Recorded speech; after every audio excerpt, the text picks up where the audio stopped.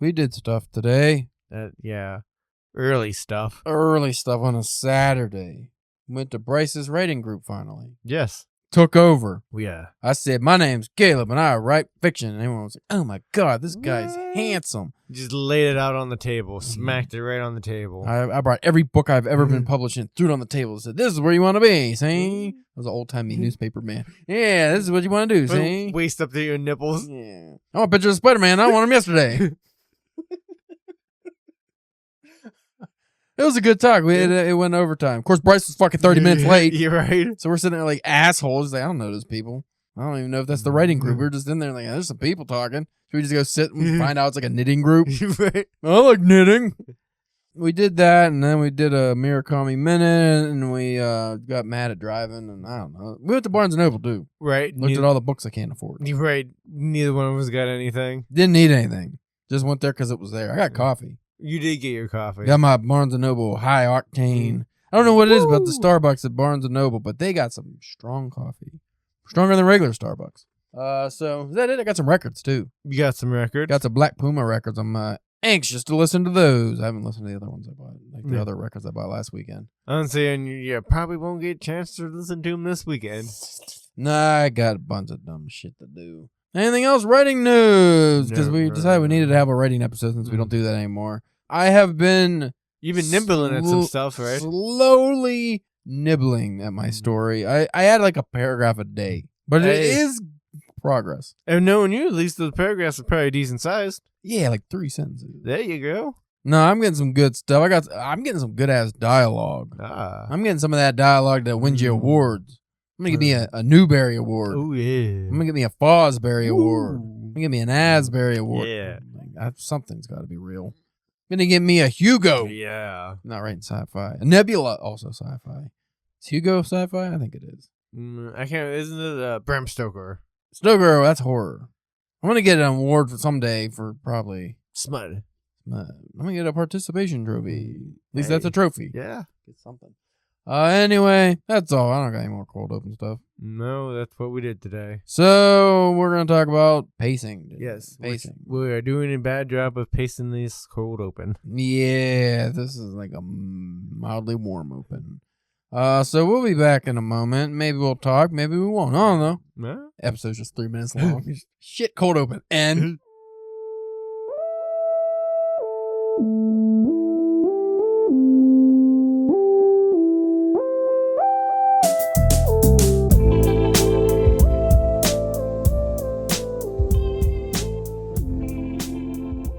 you are listening to the Drunken Pen Writing Podcast. I'm your host, Caleb James. With me, as always, Spencer, the butt beater of Bloodhaven Church. Oh.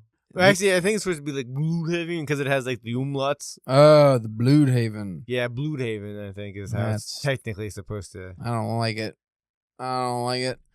Spencer, the Namekian. No, stop. But Piccolo, he's green. Green guy. Today, we're talking about pacing. We probably did an episode on this many times, maybe. But I decided to do an episode about pacing because I got a message about my story Santuario. Someone really liked it, and they mentioned that they liked the pacing. Okay. I think I do tend to have decent pacing in my stories, but I don't focus on the pacing until like after it's written, generally. When I go back, I like look at the beats and stuff, but I don't... I mean, like my boxing story, obviously, like the fight scenes are supposed to be fast-paced, but then certain rounds of the fight, I slow it down, you know. So I am very cognizant of my pacing, but I don't, that's not like the focus generally. So we're going to read about pacing from our friends over at, we're at Studio Binder. Okay. You ever read anything from Studio Binder? Specifically written by Kyle de Guzman in April 14th of 2024? I don't believe so. Well, now we are. And he says pacing is an elusive yet pivotal element in storytelling, acting as the rhythm that governs the reader's journey through the narrative. Do you agree or disagree? I agree. Do you also agree that it dictates the rate at which a story unfolds, influencing the tension, mood, and emotional resonance? Yes. And would you also include that it does this without pacing? A story can have an awkward sense of movement and flow? Yes. Do you think the best writers and storytellers are those that master pacing? safe to say probably. I agree with everything just stated. So let's define pacing. We did. He literally just did it. Having established the importance of pacing, it's also that thing we just said. I'm not reading all this shit. Oh my god, that's a lot. I just want to know how to pace good. That's all. Functions of pacing and storytelling. Maybe you should get a pacemaker. Do they make those anymore? I think so. Function of pacing and storytelling, maintaining reader interest and engagement, moving plot development and character arcs, creating cohesive narratives. Why is it important to the text, though? You know why? Because everything I just said. It maintains reader interest and engagement, it impacts the plot development and character arcs, and it affects... Oh, I have effects of poor pacing, sorry. It's going to take the reader out of it. I just want the tips for pacing, all right? Yeah. Because we talked about this. Just the tips. So, just getting to the tips of the pacing. We're skipping on this whole article and going straight to varying sentence length. Okay. That is a tip for pacing. If you just have all long sentences, more of a slog. All short, too fast. Maybe one a medium. But it depends on what you're writing. You're writing a good crime action, you might want to have a lot of short, punchy, hit the beats real quick. Either sentences or at least if they're going to be longer, like shorter paragraphs. Yeah. And then to give the illusion of things happening. Fasting, rapidly happening. And then all of a sudden you get to things slow down. You make the paragraphs longer. You make the dialogue more fleshed out, whereas before your dialogue was short and snappy and you do this, I do this, blah, blah, blah, and not a lot of action shown in between, but now you can spread it out. Oh, Spencer was smoking crack and he got caught by the cops, Jasper said as he took a sip of his whiskey that he mixed so gingerly with his cock tip. That's how I mix my whiskey. I don't use a shaker cup, I use my twizzle stick. That's why it takes so long to mix. So it's also a little salty. Salty cocktail sick. Also, you can use time jumps. That's a different one. I'll actually read this one. Time jumps can help you control the pacing of your story. Skipping ahead in time can speed up your story's pacing, making it feel faster and more engaging. Can also aid you in, like, I don't know what to write. Fuck it. Yeah. Skip 2 weeks ahead and just say, yeah, I can't believe we got out of that jam we were in. Good thing that guy died of a heart attack when he was chasing us. Right. That's easy. Quick way to do it if that's not the important part of the story. Don't do that if it's important, but if you're just having like a transition, sometimes you can skip those. You know who's really good at pacing and time jumps? Who? Film auteur, filmmaker Christopher Nolan. Yeah. I guess he jumps. Yeah. He does some jumps. Some would say it lazy. Some give a shit. His 4-hour movies need to be a little quicker. I would never say I go to Christopher Nolan's 4-hour movies for the pacing. Yeah. I'm watching Interstellar because I like the fast pace of it, you know. But I get what he's saying. The jumping. Hold on. I mean, even the Batman movies were like almost like 3 hours long. Sorry, we just got a pitch. Drunken Pen just got a pitch for a guest. Just pretend I didn't see that. What about if it's one of the people from the writing group? Shit, is it? No. Okay. No, it seems to be if you're really doing so well, do you want to be on this show? Yeah, like how well are you doing? I don't care if you're a bestseller. Sick of it. Fuck off, Mr. King. Owen King. Not so well. Pacing in different genres. Lord of the Rings is going to have different pacing than a crime story. Well, I would even assume that there's probably different pacings in each of the Lord of the Ring books. Yeah. Would that be? Some has more walking than others. Yeah. Some grinds to a halt to have some song and dance. I at least know from the little bit I've seen of the movies that there's a war. There's some fighting going on, right? There is a war at some point, and they get to it. Eventually, they get to it. And probably not for that long. You know what has really good pacing if you like walking endlessly in a desert? Blood Meridian. That's a lot of walking. A lot of the night shade of brown and blues and reds mixed with the blood on the streets of the Susquehanna. Dumb shit. Lots of description. You like to talk about cactus? A lot of run on. Yeah, there's a lot of ands thrown in there. No commas, just and. And the night blue, solemn and weary. And then the men looked up and saw that one star twinkled lone in the sky, and it cast a shadow of aspersions upon the men who fell to their death days ago and were nothing more now than bone and marrow and skull and duggery. And I don't know what I'm saying, but it's just, that's what it reads like. I'm just like, yeah, that's doing it for me, as I'm beating it under the table because I'm so excited. Because I can only read that at the podcast table because it's such a marvelous prose. Just, that's all you gotta do. Just say and you can just make it sound like something's happening. I like the word skullduggery. It doesn't That fit. is a good word. Doesn't fit what I was using. Well, I'm reading examples from popular literature because I'm skipping pacing during the editing process. If you guys want to read, go to Studio Binder and What is Pacing? You know, it's an old article. It's 2 years old. Rules of pacing change massively in those 2 years. Now it's about TikTok pacing. Right. Now you just like, guy had a boner, guy spurted cum everywhere, guy's dead. Yeah. That's your pacing. Because beyond that one page, people can't read that long. But from popular culture, we have Martin Scorsese's Taxi Driver uses, actually doesn't use, it utilizes, better word, utilizes a slower pace to contemplate themes of alienation and urban decay. And it's good to use your pacing to also reflect the environment and the story you're telling. Again, I just use crime because it's the easy one, or any kind of sports story where it's like you might want fast pacing for fast action, but you'd maybe want to slow down the pacing or even make it a crawl if you're having some kind of isolation or, you know, your story's set where all of a sudden these people were, these detectives are doing a stakeout. And now everything is going to be very introspective and contemplative, and they're just two guys in a car watching somebody, but they're not seeing anybody yet. So now you're getting a different story being told until the action revs up, and then the pacing will obviously rev up.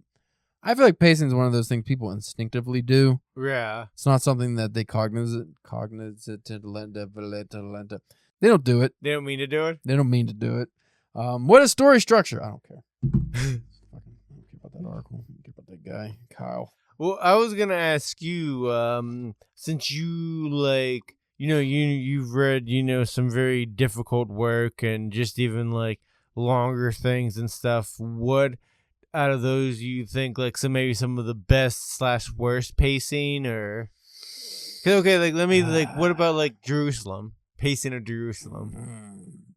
It's paced. It has a pace technically. Some might say too much pacing. Fast or slow? You decide. I think when a child's choking on a cough drop for 40 fucking pages, maybe the pacing could be better. Little too fast. Yeah, it could at least be. I needed at least pages. another fucking 10 paragraphs of that. Jerusalem wasn't like terribly paced. It was just like the pacing was set for how it is. It's supposed to be long and drawn. Obviously, long book. Whereas like a Don Quixote's a long book, but the pacing is kind of quick because he's going on quest. Yeah, you know. But worst pacing books, I couldn't tell you why, but I feel like Heart of Darkness by Joseph Conrad was a 6,000 page book that was condensed into 100 pages or whatever. It was so fucking long. It took so long for me to read because I'm just like, the pacing, fuck. It fucks. It fucking sucks. It fucks bad. It fucks bad. It fucks like an impotent guy. Like, it's just too goddamn. Sometimes I don't like it. Also, I find some of the Russian novels are a little bit slow. Yeah, okay. At parts, at least. That's usually what people. I never hear anybody complain about the pacing being too fast. It's always too slow. And I think that's what gets people. Because if something's fast, at least you're working through it. Well, and also too, I think people like if you probably asked most people, they would probably say that they prefer a faster pace to like a slow, you know, burn kind of thing. I'm trying to think of like usually it's more popular fiction that has badly paced books. But the thing is with bad pacing is I generally don't read things that I think are going to be bad, so I probably don't come across it that often. Though, like player piano, that's just the story, I think. I think a lot of times I conflate pacing with story, where it's like if I don't like it, I generally just don't like the story. Right. So obviously it becomes a slog. It can be as fast paced as it wants, but if I think it sucks, I'm not going to enjoy it. It's still going to take you forever. Yeah, like what about you? Is there something you've read where you're like, the pacing of that was goddamn? No, I mean, like, you get sometimes with Stephen King, you can get a little wonky. Like, he likes to rev it up, and sometimes it gets like a little like, all right, like, you know, calm down a little bit, or sometimes he might miss, you know, maybe it's too much or not enough or whatever, but I just thought it'd be interesting because just like, you know, like you've read like a lot of classical and things and stuff. I have an answer for you. Okay. Because I looked at worst pacing books. Catcher in the Rye came up, but I don't think that was the problem with that pacing. Because they said AI bullshit. It's chronological and rambling classics. That always like comes up as like one or is in like people's top 10 favorite books, and just from like you and Ashley talking about it, I just have no interest in reading it at all. Like, I think you ruined it for me. I'm sorry. Maybe you'd really relate to Holden Caulfield. You like whining? I don't know if I want to though. Yeah. Moby Dick is a badly paced book because. And you could probably do a lot of books from that era, like even thinking like Dickens. I think a lot of Dickens is probably badly paced, too slow, right by the, he wrote by the word, too goddamn long of books. But Moby Dick, I feel like, I mean, obviously you got a whole chapter of whaling terms and like definitions. It's not paced well. I guess, like, because you mentioned Ulysses earlier, at least off air. I don't remember if you were 16 minutes in. I don't know what the fuck you're talking about anymore. But Ulysses, every chapter is written in a different style, so obviously the pacing's not uniform, But that I didn't feel was badly. Well, I don't know, because there's like some chapters in that I'm like, this is too deliberately difficult. So that means the pacing is deliberately difficult. But Moby Dick, like, it was, I don't even think purposely supposed to be difficult. It was just like the pacing of some shit. It was just, what's the pacing of an encyclopedia? It's the pacing of a dictionary. You're like, you're just reading it. Like, this pacing sucks. Yeah. I got two I want to ask you about. All right. Gravity's Rainbow? Because again, I wasn't sure with all the different stories how that worked. Too slow and too fast at the same time. Okay. And you felt like you were not catching a lot of stuff because it was too fast, but you felt like it was a slog. 1Q84. Too much. Since it's overwritten, I think it's just, you know what? Yeah, because all the repetitions, I'll say it's too slow. So too slow. I mean, Murakami is more about just get into the book and just kind of ride the wave, just cruise. But I felt like this was too extreme. Because I do feel like just with, at the time of this recording, still not quite finished with it, but I do feel like if things were ramped a little bit more and more, especially when the action starts happening. Yeah, like that it would really but the action is written in the same deliberate, slow style. Because I feel like I'd probably be closer to being done with it if it was like that. Because then I'd be like, oh, I can't put it down to where like now like I'm enjoy reading it, but it's also like not. I can read it forever because it's easier to read, but it's not making me want to read forever. Captivating. Yeah, it's not leaving you breathless. Right, it's leaving you tired. Leaving my eyes tired. Getting a little nappy. Yeah, pacing is one of those things where, as a writer, I think it's very important to focus on, but don't make that your sole focus unless you're writing like a race car story. Have room. I will say, like, some of the books that I think were best paced for me would be maybe like The Hike. I feel like the pacing in that was, if it needed to be slow, it was slow. If it needed to be fast, it was fast. And it would just fucking rev. Like, it'd have fucking, it would just fucking go. Yeah. I was trying to think of, like, some Stephen King examples, but most of his stuff that I've read are, like, the pacing's similar, because I think the writing's similar. What about, like, Under the Dome? Because you read some of the bigger works, like Under the Dome. Is that, like... That's one thing I worry about with it. Is it going to turn into a slog in the middle? No, I don't think... Well, because I think what will help with it is because, like, it's... The time jumps and stuff. Yeah, because it's more like... Because in the TV movie during, like, the 90s, they were doing actually jumping back and forth, right? Yeah. Other than, like, with the more modern movies where they just do the past and the future. I think the going and finding things out as the... Because the one thing you miss in those movies is, like, as the adults, they're trying to figure something out about it, and then you have a flashback to that time, and and you go through that, and then they're like, oh, well, yeah, now I remember, like, you know what I mean? So I think that helps it. It's a really good, like, a really well-paced book that shits the bed at the end pacing-wise? Native Son. Yeah. Like, the whole book is, like, it just keeps revving up and revving up and revving up to the point you're just like, God damn, what's going to happen? And then you hit this courtroom drama bullshit where you're just like, stop. The brake slammed on and the e-brake went on. And you're just, like, jammed up. You're like, God damn it. And then it's just like, why are this last chapter so long to get through? Yeah, pacing can definitely ruin a book, but more often than not, it's slow pacing for me that ruins a book. How much do you feel like you pay attention to the pacing? Like, how often, like, whenever you're reading something and you're like, I'm really enjoying this or I'm really not enjoying this, and it's like Pacing is like the IT guy where you only notice it when it's not done right. Because Like you only notice the IT guy isn't around when there's an issue.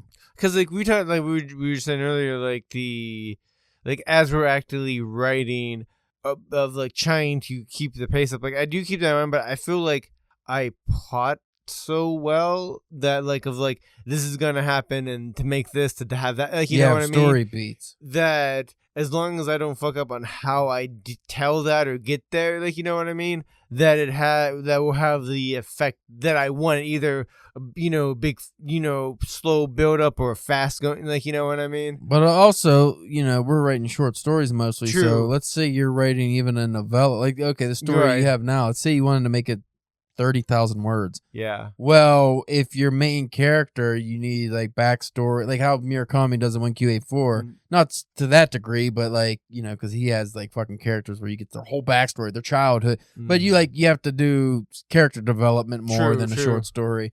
And you're not info dumping, but you need to establish the environment, their environment, where they came from, their background, like what made them as a person. True. And then you go into like their internal stuff.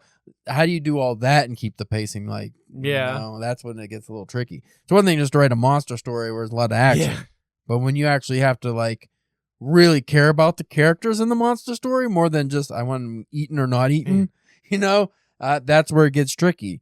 Because even me, like in my story, like the slowest paced story that I think I have that I could think of is probably like the Western and Santuario, and that's a lot of action too. Mm-hmm. And like the character develops done in flashbacks, but it's through a bunch of action. So I feel like I did the pacing and like I kept it. You could read it fast and go through it while still like getting some of the information and caring about the characters, but it's still a pulp story. Whereas if I wanted to write it as a literary story, now I'm gonna have to like really flesh out the character and their motivations and stuff. And just like I don't want to do all that. But also, people don't generally want to read stories like that anymore. That's literary fiction. But I think personally, I do a good job of pacing in general. Yeah. But like we said, I don't write a lot of things where my pacing would have to be slow. Where it's like, where because sometimes you need slow pacing through an extended work while being engaging. Yeah. That's tough. Yeah, that's real old school style. Whereas like all the things we enjoy reading generally are faster paced, or even like when they slow up, it's done with a purpose. Mm-hmm. But like, could you write 1Q84? Technically, yes. Because the writing's not challenging. Like, I feel like either one of us could write a story like that, come up with the idea, and just go. But could you really make it engaging without fucking bungling it? Like, could you make it so it's like, I want to know all about every character's origin and backstory? Three times. Because I don't think Murakami did a good job of that in some parts of the book. Fantasy writers come across that a lot because you have to do world building and you have to really come up with like character bibles. So you need a whole fucking life story of a character, but you have to write it in a way that the I always think it's best to do it as the story unfolds, not just a fucking chapter 2, Barf Diddle's whole origin. Like, when he was 10 years old and then go into that. No, which is what Murakami does in this. When Tengo was 10 years old, he went to school and he was walking around and all this shit happened. Literally.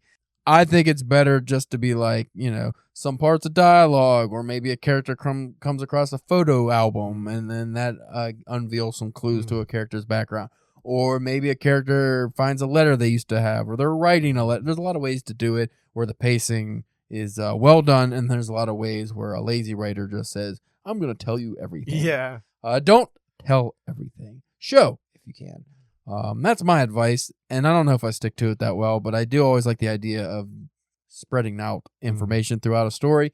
It's tough if you have like a short story and you have to do it all at once. He's like, I have to tell you about this character so you care about them. But then you generally, if somebody's telling you about a character, it's like somebody telling you about a work acquaintance. Like, I don't really care about that person. Now, if you see the action of that work acquaintance and what their life is like and it's unfolding, you're showing it to the person, that's different. You might actually care more.